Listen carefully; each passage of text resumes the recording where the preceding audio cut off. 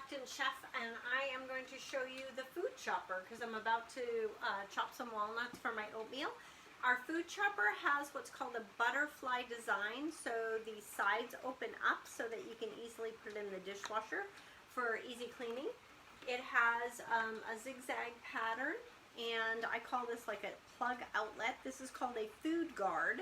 So you don't want to throw that out. I've had people do that before. You don't throw that out. You put it on and it keeps food from getting stuck up into the blades. And then this is called a clear collar.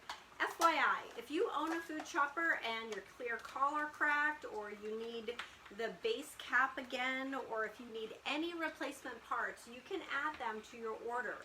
Maybe you've lost the cover to your pizza wheel, or maybe you need I don't know, the blades to your egg slicer. All kinds of replacement parts are available. Maybe the caps to your 1-cup prep bowls because your husband thought it was a sour cream container. That happened in my household.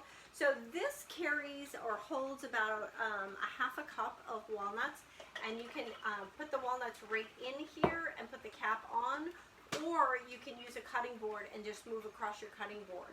The more you pound, the finer it becomes, because the blades, let me show you, the blades, as you punch down, will rotate. So when my kids were young, I used to use this for broccoli, and I would chop up broccoli really fine and put it in our spaghetti sauce, and I would tell them that the green stuff was spices.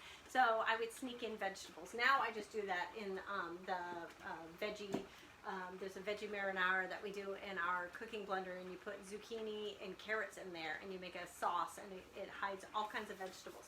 So I hope that that was helpful. If you'd like me to come live with anything else, just send me a message. Thanks.